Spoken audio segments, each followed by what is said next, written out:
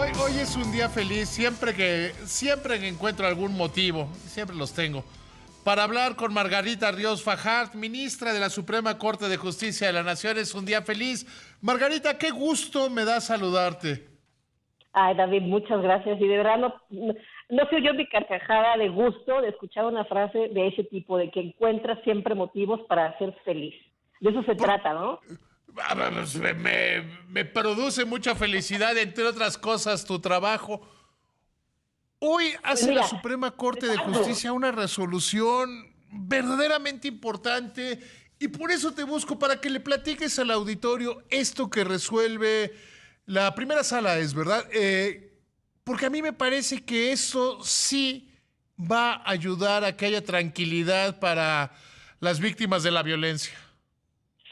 Sí, bueno, David, te agradezco mucho la oportunidad, la invitación, el interés y el entusiasmo con el que recibes una decisión de la primera sala de la Suprema Corte. Y la verdad es que eso es lo más satisfactorio que pues, que estando aquí puedo yo sentir y tener, ¿no? Como partícipe de la decisión. Pues mira, me voy a remontar a un poco unos hechos para que haga como una historia, ¿no? Fíjate Por que favor. en 2007, en la época estábamos, pues yo me acuerdo, íbamos a empezar con toda esta, ya empezaba, pero no se había puesto tan, o estaba por esa época, así como de 2006 a 2012, pues un cambio un poco de vida, ¿no? Para los mexicanos en general, Ujú. ante una situación de violencia que, pues muchos no, o no, creo que la mayoría no estábamos acostumbrados. Bueno, pues en Sí, en 2007, esa época empezó a despuntar la exacto, violencia, se empezó a volver, pasó de estar en focos localizados, en lugares localizados, a extenderse por todo el país. es correcto, y lo has dicho mejor que yo. Bueno, pues en ese año, en 2007, el ejército mexicano detuvo a dos personas, dos hombres en Oaxaca. Los trasladaron a la Procuraduría de Justicia, luego al campo militar y a la fecha se desconoce el paradero. Algunos años después, luego de muchas gestiones, los familiares de estas víctimas promovieron un juicio de amparo en contra de múltiples autoridades por la desaparición de sus familiares. Recordemos que no es lo mismo desaparición, o cuando decimos desaparición, así en lo nivel coloquial, podemos referirnos a que alguien no lo encontramos, a que alguien lo ha secuestrado o a que alguien ha sido víctima de desaparición forzada, que es el caso en el que estamos. Desaparición forzada es cuando hay indicios de que autoridades del Estado mexicano participaron en esta privación de la libertad. Bueno, pues promueven su amparo, la jueza de distrito les establece ahí unas garantías y unas obligaciones a la Sedena, a la Fiscalía, etcétera, y una de esas obligaciones que ponía era la publicación del pedacito de la sentencia y ciertas medidas de reparación. La Sedena impugna, la Fiscalía también impugna, por ejemplo, la publicación de los nombres de los militares o los elementos castrenses que participaron en esa situación de que pues lo llevaron de un lugar a otro y luego ya nadie supo qué pasó, ¿no? Entonces participaron y la Sedena dice, es que no hay una sentencia ejecutoria que diga que los elementos que detuvieron a las personas son culpables. Mientras no hay una sentencia ejecutoria, no se puede presumir que hubo desaparición forzada, ni se puede presumir que hay que publicar la sentencia, y una serie de cosas. Entonces, esto nos ilustra un poco, y es necesario que lo mencione así, nos ilustra un poco, o nos ilustra mucho, las dificultades con las que se enfrentan las personas que son familiares de víctimas de desaparición forzada. Vamos a decir, los familiares también son víctimas indirectas. Están Claro. sufriendo que no encuentran a sus familiares o a sus seres queridos. Imagínense la congoja. Y Y ahí, además, perdona que te interrumpa, desconfían del yo creo que Estado. es incluso peor que la muerte del ser querido, porque siempre queda una pequeña llama de esperanza que va a aparecer. Si Es muere, una y yo te tortura. lo digo como alguien que ha vivido eso, pues se te acaba la esperanza y te preparas de otra manera. Siempre que pienso que la muerte de mis hijos fue muy grave, siempre digo, gracias a Dios no los desaparecieron. Porque todavía, o sea, seguiría siendo una y otra y otra y otra vez el dolor y esa esperanza de la que no te puedes alejar, de que a lo mejor algún día aparecen. Sí, o que tú todavía no haces todo lo posible para encontrarlos. Y lamento mucho lo de tus hijos, David, es cierto. Y tienes toda la razón, porque además si desaparecen, nosotros en la sentencia lo decimos, equivale a tortura para las víctimas indirectas, porque no solamente no los encuentras, no sabes en qué situación anímica, física estén, no sabes si viven, si no, si están enfermos, si lo están torturando, qué están, si están esperándote, no sabes si tú estás haciendo todo lo posible, no sabes si están cerca de ti, si están lejos, no sabes qué te falta por hacer. Entonces tu vida completa cambia. Eso es lo que me ha tocado ver de las personas que sufren esto. Entonces, por supuesto, y lo establecimos en el comunicado, y el comunicado recoge párrafos, son los párrafos de la sentencia. En la sentencia, de nuestra primera sala no puede ser ajena a ese dolor. Y además, bueno, pero el dolor no nada más es reconocerlo, es en qué se traduce aquí en una sentencia, que no es más que un documento profundamente práctico, donde decimos, a ver, sí, una cosa es investigar la desaparición forzada para conseguir el delito y encontrar al culpable, para establecer una responsabilidad penal, etcétera. Esto es la vía penal. Pero la desaparición forzada es una violación grave de derechos humanos, que también amerita su propio procedimiento. No hay, por lo general, pruebas directas de desaparición forzada. Aquí, por ejemplo, podemos decir, los detuvieron, los llevaron y ya nadie supo, nadie nada, ¿no? ¿Qué es lo que suele suceder en la desaparición forzada? Por eso está el delito vivo, ¿no? Pues no los encuentras, entonces no encuentras las pruebas. Entonces, por un lado, tienes que proteger la investigación penal, ¿no? De los elementos que participaron por el derecho a la presunción de inocencia, pero también para cuidar que el proceso no se vicie justamente, por ejemplo, para salvaguardar el derecho a la verdad de las víctimas. Pues cuidas el proceso penal, pero al mismo tiempo tienes que responsabilizar y que llevar a cabo acciones. Por supuesto que en un fragmento de la sentencia se tiene que publicar en diarios de circulación nacional. No dirán los nombres, pero sí se tiene que decir hasta que se sepa, hasta que esté determinado por la autoridad judicial la culpabilidad, ¿no? Ya cuando esté determinado en materia penal, lo publicas. Pero no nada más es eso, es en qué más se traduce. Bueno, se publica la sentencia, se permite el acceso a los cuarteles a través de grupos o un comité de acompañamiento que esté coordinado por la Comisión Nacional de Búsqueda, que haya sido solicitado por la Fiscalía, de manera que pueda trabajarse institucionalmente. Lo que la sentencia de la primera sala hace es establece lineamientos claros, con responsabilidades claras, con tiempos claros, o sea, cómo, cuándo, dónde, para que no haya descoordinación entre las autoridades para esto. Y no es que como que la primera sala las inventa, son hechas, están en el marco jurídico. Lo que pasa, ¿sabes, David? Muchas veces es lo que sucede en muchas instituciones, que cuando hay trabajos interinstitucionales, es que esto me toca a mí, y es que esto no, y es que esto así, y es que no, para acá no, y hay un desentendimiento muy grande, y eso acaba perjudicando a las víctimas y a la persona que está desaparecida, ¿no? Y a las propias autoridades, porque muchas veces habrá a lo mejor malos elementos que son los que participan en esto, pero yo creo en principio que las instituciones están conformadas por gente. Sí, pero no es toda la institución. O sea, una cosa es malos elementos, por muchos que pudieran ser, y una cosa es una institución completa. Exactamente. Y yo creo que la Fiscalía, la Comisión Nacional de Búsqueda, incluso la Sedena, pues son instituciones sensibles al tema, que hacen todo lo posible, que yo creo que, pues entiendo que no quieren que la opinión pública se genere en un sentido de, es que no somos nosotros, son excepcionales, ¿no? Y lo respetamos.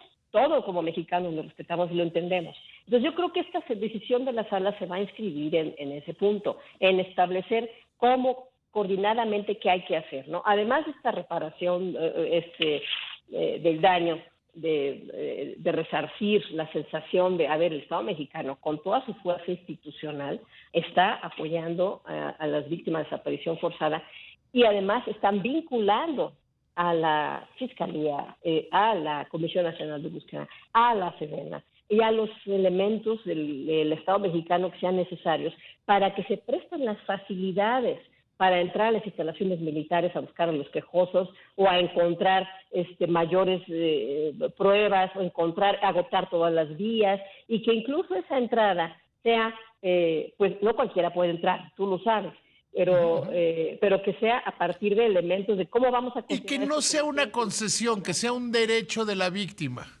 Exactamente, para eso va a participar la Comisión Nacional de Búsqueda, por ejemplo, y las personas pueden ser acompañadas por no sé, me imagino, por la Comisión o el Comité para la Desaparición Forzada de la ONU, que el año pasado en la primera sala determinamos que sus resoluciones son obligatorias para el Estado mexicano, sus recomendaciones. Y fíjate que eso es bien importante, porque cuando hay que colocarnos en la situación lo más posible de las víctimas, ¿no? Cuando estás enfrentando la desaparición de un ser querido tuyo y tu sospecha fundada, porque hubo uniformados que lo recogieron, porque algunos uniformados que no saben, pero otros identificados si fueran elementos que se llevaron a tu familiar o a tu ser querido, pues desconfías del Estado. ¿Cómo entonces, Claro. quién te apoyas, no? Entonces empieza esa solidaridad comunal y esta desconfianza hacia el Estado y ese dolor que no cesa nunca, y entonces ahí es donde se apoyan por ejemplo, en esta comisión, en este comité para la desaparición forzada, que en el asunto del año pasado pues veíamos que pues se tomaban como, sí son sugerencias, pero pues no son obligatorias. No, como que no son obligatorias, si son de expertos. Entonces ese comité de expertos, entre la Comisión Nacional de Búsqueda, la Fiscalía, los que se consideren necesarios por estas dos instituciones y por las propias víctimas indirectas, o sea, los familiares, los seres queridos, autorizados, etcétera, puedan conformar estrategias, definirlas y ingresar, te digo, las instalaciones militares a cierta información, además tomar la declaración de los mandos militares que estuvieron en funciones en 2007 en Oaxaca, ¿no? O sea, ¿cuántos años han pasado y nunca se tomó? Lo siento, hay que tomarlas, ¿no? ¿Por qué? Porque puede dar información de dónde están, qué pasó, ¿no? Y se tiene que coordinar esta creación del grupo multidisciplinario interinstitucional, lo cual, como te digo, me parece a mí que en terreno fáctico suena sencillo. Tu servidor ha estado también en alguna instancia administrativa, sabe lo difícil que es, pero también sé que con determinación, voluntad y sensibilidad, No, el pero Estado mexicano puede... traza la ruta y que es más fácil llegar al camino cuando se hace una ruta clara como esta resolución. Y aquí, por ejemplo, damos en un plazo no mayor a 30 días naturales a partir de la notificación, participarán las comisiones locales de búsqueda en las entidades donde haya indicio de estas personas desaparecidas, de la Policía Federal, Ministerial, de la Sedena, de la Segov incluso, por supuesto, y demás autoridades necesarias para la búsqueda y localización de las personas. O sea, la idea es que logren diseñar entre ellos un plan integral de búsqueda en cuarteles, permitiendo la participación, en su caso, como te digo, de instancias internacionales de derechos humanos que acompañan a las víctimas. Es algo muy técnico, como podrás ver, pero me parece a mí que justamente entra allá a dar las metodologías y darle claridad, porque entonces no podemos entrar a nadie porque no se ha establecido una culpa y una responsabilidad penal. Bueno, es un camino largo ese por recorrer. Y no nada más hay responsabilidad penal, hay responsabilidad de violaciones graves de derechos humanos. Esas son las que tienen un estándar de prueba, digamos, atenuado o más flexible. No estemos esperando una sentencia de condena, esa va a servir para el proceso penal. Acá basta con decir, estas personas las llevaron aquí, participaron acá, de aquí para allá no se sabe. Entonces, eso es lo que hay que investigar, eso es lo que hay que agotar, todo lo posible, y no es un reproche a ninguna institución en lo absoluto. Al contrario, es ayudar a las instituciones a depurarse de malos elementos para justamente demostrar la confianza a la ciudadanía. O sea, para recuperarla, para mantenerla. Vamos a suponer, perdón que te interrumpa, vamos a suponer, en este caso, que hubiera, y yo estoy suponiendo, que hubiera militares que desaparecieron, hicieron esta desaparición forzada. Al ejército mexicano le conviene detectar, apartar y sancionar a estos delincuentes, porque si no queda la sospecha sobre toda la institución. Absolutamente, pero no solo porque le convenga, es que es de elemental justicia. Sí, No sí. puede haber nada impune. Le conviene, lo tiene que hacer para mantenerse como una institución sana, una institución confiable, una institución fuerte. Digo, lo es, pero para que todavía brille con mayor, vamos a decirlo así, con mayor esplendor, de decir, a ver, yo tengo la capacidad de decir, aquí nos falló. Porque, vamos a hablar, la condición humana no cambia según la institución en la que estés. Vamos a decir un lugar común. Hay gente con buenas intenciones, gente con malas intenciones, en todas partes. Entonces, ¿de qué depende? De los controles institucionales. Depende de que tengas buenos controles institucionales, asegurarte. Eso asegura que la cantidad, vamos a hablar si pudiéramos hablar de términos así como cuantitativos, que la cantidad de personas bien intencionadas, firmes, valientes, fuertes que tienes, sea la mayoría. Pero esos controles institucionales implican forzosamente hacer un deslinde, una depuración, decir, esto está mal, y castigos ejemplares. Esto está mal, esto no se permite, y entonces yo creo que esto no es una cuestión que afrente a las instituciones, creo que les ayuda a las instituciones. Es más, además de que creo que ayuda a paliar el dolor de las víctimas, porque les da esperanza, les da mecanismos y les da puertas y llaves de puertas, creo que esta sentencia, pues si me permites, yo creo que se inscribe también como una sentencia que fortalece las instituciones mexicanas. Yo estoy totalmente de acuerdo contigo, Margarita. Yo creo que es una de esas decisiones muy importantes porque fortalece a las instituciones y da una hoja de ruta de cómo se debe proceder en estos casos y que no sea un acto volitivo, que no sea un acto de ceder ante presiones, sino que sea un derecho de las víctimas. Y eso es fundamental para la prevalencia del Estado mexicano. Lo has dicho tú muy bien, para la prevalencia del Estado mexicano. Donde el Estado mexicano no pueda hacer frente a esta, que te digo, condición humana, que no tenga mecanismos para frenar, para depurar, para quitar, para sancionar, pues estamos en riesgo todos, ¿no? Y fíjate, ¿de cuándo es esto? 2007. Y lo que vamos logrando hasta ahora, la Suprema Corte lo que ha hecho es la fuerza institucional de la sentencia de la Suprema Corte. Si en algo se ha utilizado aquí, es para decir, a ver, aquí no nos confundamos, esto se tiene que hacer así, así y así. En 30 días se va a publicar esto, en 30 días se va a crear el comité, en 30 días se va a dar este acceso. Ustedes van a definir, son los expertos y van a estar acompañados con las víctimas y todo, y la mejor voluntad de los fiscales, que yo he conocido a unas mujeres fiscales en esta materia que la verdad son admirables y te ilusionas cuando las ves, ¿no? Tienen hasta la mirada de personas que no se rinden, ¿no? Entonces, ya que vayan caminando hacia encontrar una estrategia, a partir de que, pues, de que se vayan teniendo acceso a los avances en la investigación, que no se obstaculice de entrada de, no hay nada, porque como no hay sentencia que establezca que alguien es responsable, aquí se frena todo, porque entonces caemos en un círculo vicioso. Es una gran sentencia. Querida Margarita, siempre me hace feliz platicar contigo. Te mando un abrazo con mucho cariño.